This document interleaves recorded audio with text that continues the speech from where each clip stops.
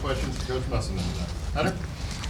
Well, thank you first and foremost to all of you for being here, and it's been an exciting.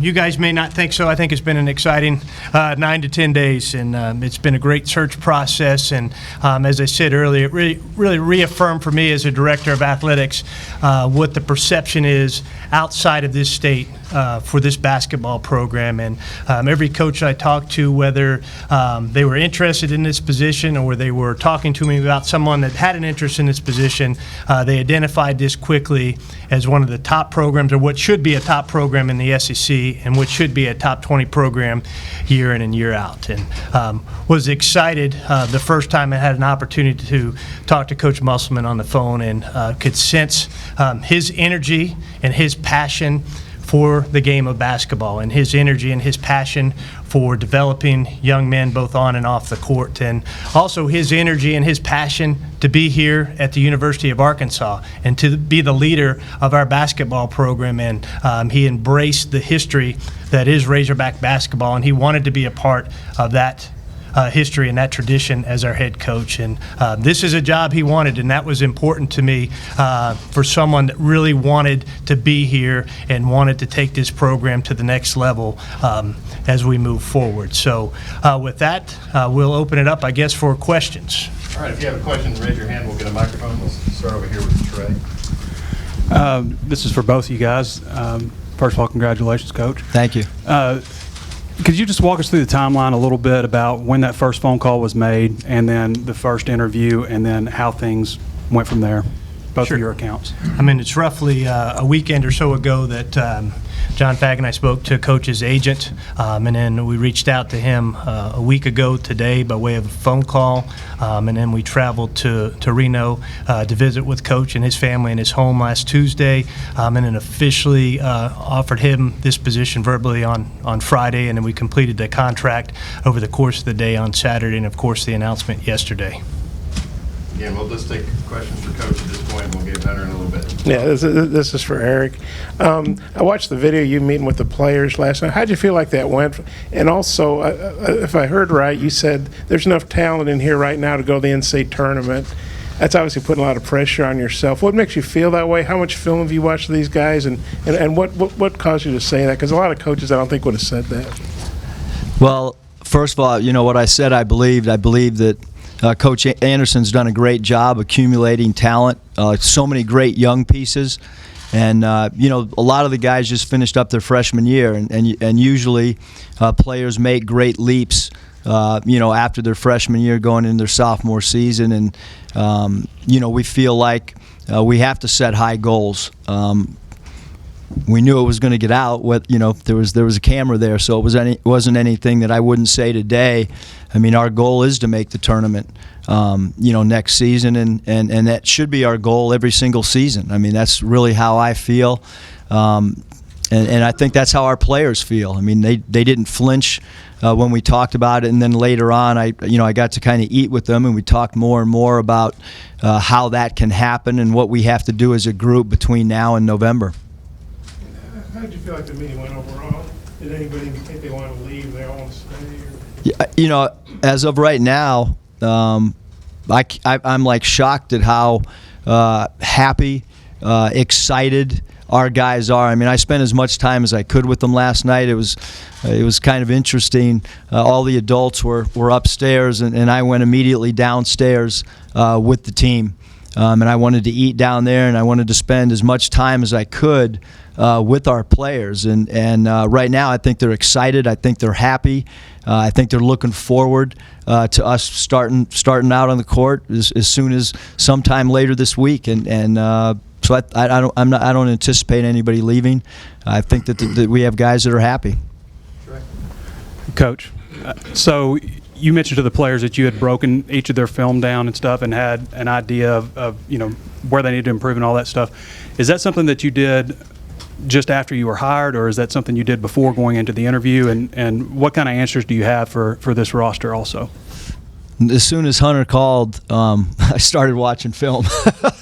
And I kind of basically locked myself in a room and just started watching as much game tape as I could to see what the talent was. And then also, when Hunter and John came, I felt it was really important that I convey to them, my feelings on the team, and I wanted them to feel how excited I was about the job. And it's kind of easy just to go into an interview and just talk philosophically, but I wanted Hunter to know, like I'm really invested in this. And from the moment he made the first phone call, I don't know if there's, unless you sleep less than me, it's probably not humanly possible to watch as much tape as I had, until we had our first face-to-face meeting, and then I continued to watch as much tape as possible. And I think it's my job and our staff's job to really watch an entire season of tape between now and the next month or so.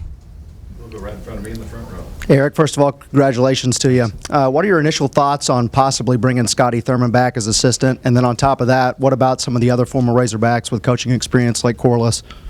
Yeah, I think right now with our coaching staff is I really look forward to sitting down and meeting all the assistant coaches that were here last year, and we're still trying to figure everything out on what direction. But obviously, Scotty and all the guys have a great reputation amongst college basketball. So right now it's been a whirlwind for the last 48 hours, and I look forward to sitting down and spending time and picking all the guys' brains.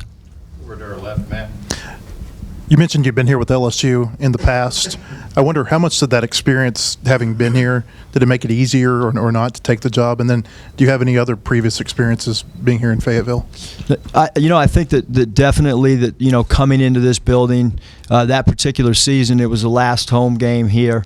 It was a big road game for us, and the crowd is not just the time that I was here, but when you're watching games on TV, the reputation of being one of the hardest places, in the country to win is one of the things that makes this job so attractive. Is the building's awesome, the facilities. I was blown away today going through the facilities. I could not believe it. I've never seen a college institution that has such incredible facilities, from the training room to the weight room to the practice court. It's kind of mind-boggling, and then you add in the fact that there's so much passion in this state for the Razorbacks. It's second to none, in my opinion. Go back over here to the right first, real quick, Josh. Coach, you have a real deep resume. You've obviously coached at the college level, the pro level, the NBA, international too. Haven't been in a Power 5 conference yet, though. Was that part? You spoke about challenges. Was that part of the interest for you? Was getting a chance to coach in a Power 5 conference? Yeah, I think that when you're in the NBA, you're coaching against the Phil Jacksons and the Pat Rileys, and you're coaching against great coaches every night. And I've coached against Coach Calipari internationally when he was coaching the Dominican Republic, and certainly the opportunity to win really big is any coach in the country. And I think that's probably when Hunter made that phone call and you start diving into the rich tradition, and you can win big here in basketball. There's no question about it. We'll go back down here, Nate. Just from what I understand, you've had great success with transfers in Nevada. Does that philosophy change any when you have a state like Arkansas that refers to and the area that you do? I think so, without a doubt. When if there hasn't been a high school player within driving distance, really, where I was at my prior stop, that we recruited heavily, other than a couple guys that we did get, and for sure at Nevada, transfers have been a big part of our success there. But people don't talk enough about the freshmen that we did bring in. Lindsey Drew and Cameron Oliver in our first recruiting class were really what started the foundation. 2 incoming freshmen that were Pac-12 commits that came and played for us, and then last year we got a McDonald's All-American in Jordan Brown, and Nevada had not had a McDonald's All-American, and it was the first 5-star on campus, other than a local player, Luke Babbitt, several years before. So we feel like I haven't been a head coach in college for 20 years, but to have a McDonald's All-American and 2 Pac-12 commits, we did recruit the high school, and we certainly feel that this state has an incredible amount of talent, some excellent coaches in this state, and we look forward to recruiting the state as heavily as we possibly can. Coach, I spent a lot of prep work this week talking to Scotty Adebayo about you. You guys know each other very well, and he told me a lot of stuff about your energy, your passion for the game, that coaching's in your blood, and all the your organization, all the time you put in. I'm just wondering, is that part of the bloodlines being in a basketball family, or is that just unique to you and how you kind of came through the ranks at a young age? Is that just part of your makeup?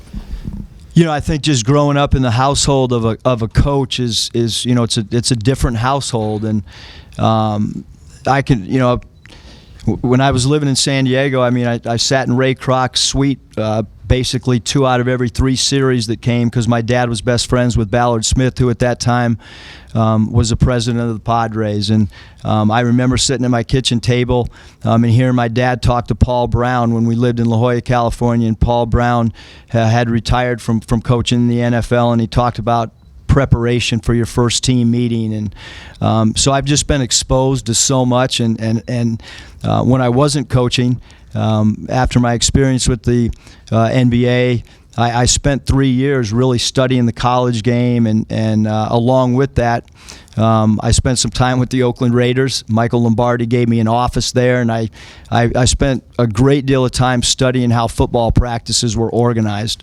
And so I feel like, one of the things that you have to do at a coach at any level is you've got to be extremely organized, and then you don't have to have real long practices. And I told the guys last night, we're going to really work hard in a 2-hour segment. I don't want to have 3-hour practices. I don't want to burn you out mentally and physically, and I think you do that by being extremely organized.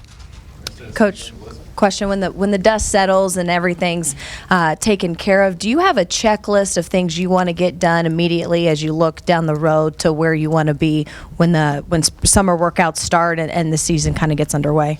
Yeah, each player is going to have his own individual, player development plan, and right now, obviously, the first thing is try to figure out who our staff is going to be, and identifying players that we want to put offers out to, and those are things that are kind of works in progress, and along with that, I want to get on the floor with our players. And I told them last night that I don't know if one guy can do it right now, but I'm going to try to get out there with them as quick as possible and put them through some drills and such. So, but yeah, we'll have a player development plan for each guy, and really the bulk of our work's going to come in our 2 5-week segments over summer sessions. Hey, Eric, I had a question about the home team here. Your wife, Danielle, she's been in the business, in the industry. What's her importance in your life, and maybe even dealing in settings like this?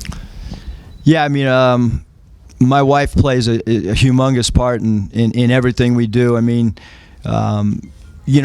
Nevada, we really felt like it was a true family atmosphere. My wife will come by practices.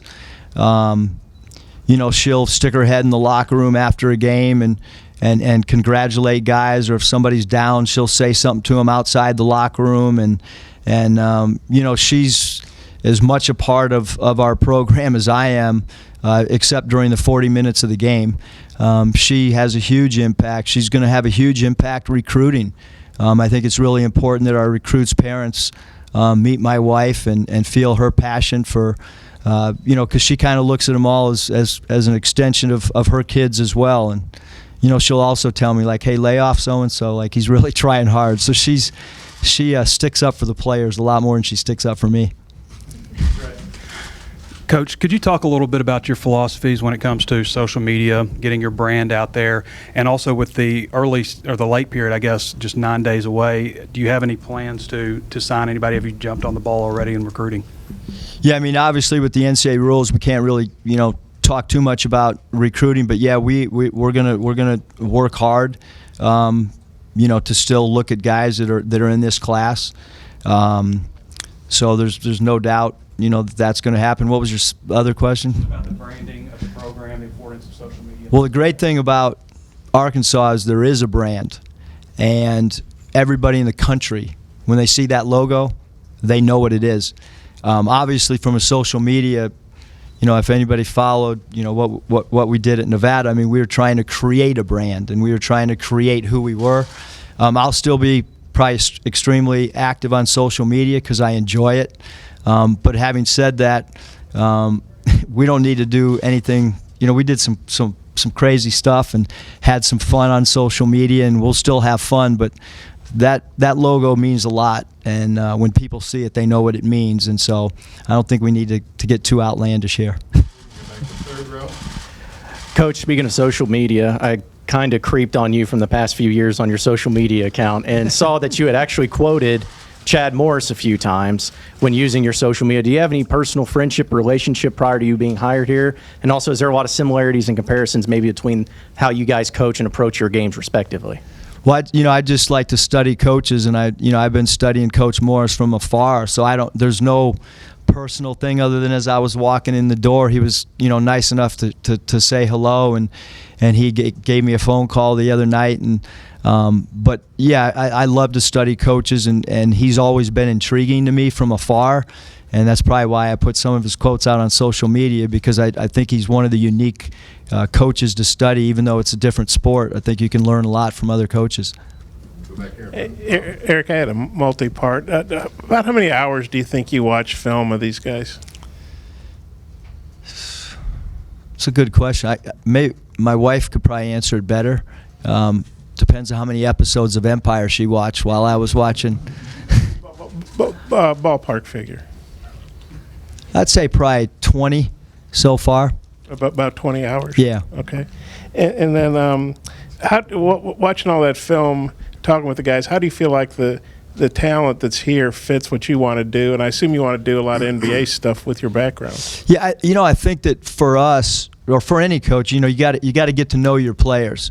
And I remember Chuck Daly saying, that you never know a player till you actually coach him. And so we've watched all this film, but I have to kind of figure out how the pieces fit together, and that's why I continually bring up this 5-week period. So many college programs just do individual work in the summer. We're going to have to do a lot of team stuff to try to get to know each other. I mean, everything's obviously new, and because of that, we're going to have to be in team environments and team settings, and it's going to be a work in progress. I mean, I think that your team should improve during the course of the season as well, especially with the new coaching staff. I know, like at Nevada, we got so much better those first 3 years as the season wore on.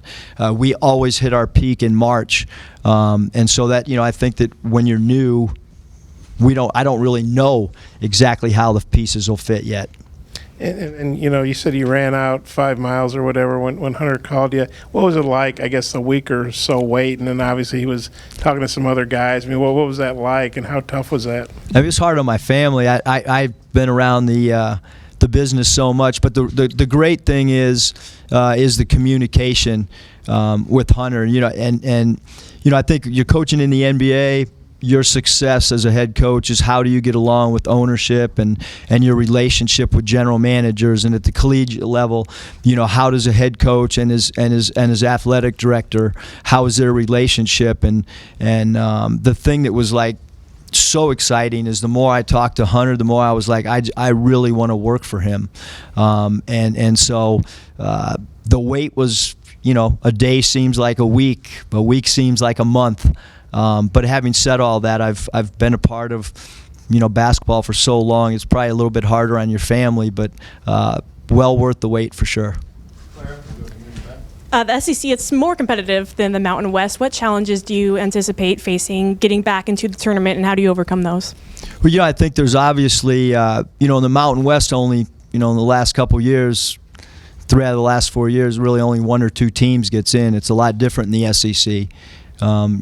Multiple teams get into the tournament. So, along with, more competition and a tougher conference, is also the fact that you're getting more teams into the NCAA. So, obviously, great coaches, and there's been a lot of changes already in the league and with coaches, and so you're dealing with really talented rosters and excellent coaches. But, again, I think that we're ready for the challenge.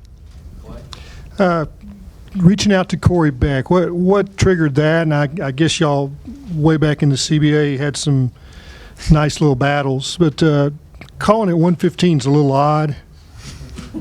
I do a lot of odd things. I'm not sure if it was 115. I know it lasted until about 115. But Corey was, playing against him. He was an incredible, fierce competitor. And, I was looking at different recruiting lists. I was looking at, assistant coach possibilities. And all of a sudden I got a text from Patrick Beverly. And that kind of spurred me to put the other stuff aside, and I tried to get a hold of Corliss, and we were going back and forth through text, and he had just landed in a city which they had played last night, so that shows you how late it was that I was dealing with Corliss, because they had to get to their next city. But I think it's important. I want to connect with former players, because there's just there's so much history, and Corey was just a guy that I had great respect for playing against him. Hey Coach, welcome. You touched on it a little bit out there, but will you reiterate your coaching style and maybe a little bit as to how your dad played into your philosophy? Interestingly, we play exactly the opposite of my dad's teams. My dad was, a great defensive coach, and they played really, really slow on offense. And so when I was sitting on his bench as an assistant coach with the Timberwolves, I was like yawning, like, Dad, let's score some transition baskets. And so I just kind of started forming my own philosophy on trying to create a system and a style that fans would want to be a part of, that coaches would want to be a part of, and especially at the collegiate level. Like, the bottom line is you've got to get your recruits excited and want to play in your system. And so that's how we've come up with this pace and space type of offense. All right, we've got time for two more. We'll start with Matt. I would assume at Nevada you had some opportunities to leave there, given your success. How many opportunities would you say you've had to leave there, and what made Arkansas different than maybe some of the other schools that had approached you? Well, again, I think that it started with with Hunter. When Hunter and John walked in the room, and the more we talked, the more excited I became, and then you start diving into the history, and you start looking online at the facilities, and you talk to other coaches, and you ask other coaches that have coached in the SEC their thoughts, and same thing keeps coming up. It's one of the best jobs in the country. It's one of the best jobs in the country. It's one of the best jobs in the country. And I was really happy at Nevada. I loved my administration. When I made the phone call to let them know about this, it was a hard conversation. I cried like a baby when I told them. When I met with my team, it was really, really hard. But this is an opportunity just too good to pass up, especially with all my family dynamics and how we felt as a unit, as a family unit. We felt like this was the best opportunity that I've been presented with. And yeah, there were others that didn't make sense, and this one made perfect sense for us. We'll take one final question, Steve. I don't want to put you on the spot, but you have an impressive resume. Everything's gone good so far, Steve. Okay. You sure? Here we go. First of all, your many jobs are well documented. Does it make it easier for you than another coach, the fact that you've been in change so much?